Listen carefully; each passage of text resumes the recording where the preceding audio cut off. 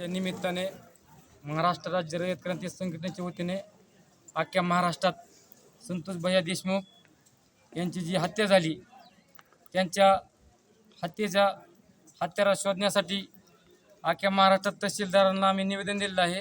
कारण आज प्रश्न उठतोय की 20-25 दिवस होऊन सुद्धा आज मारेकरी सापडलेला नाही, तर त्या मारेकऱ्याला सापडून लवकरात लवकर त्याला कठोर शिक्षा द्यावी या निमित्त आम्ही हे निवेदन दिले आहे। यानंतर हे असे किस्से महाराष्ट्रात घडू नये, अन्यथा आम्ही रयत क्रांतीच्या वतीने अख्ख्या महाराष्ट्राभर चक्काजाम आंदोलन करू।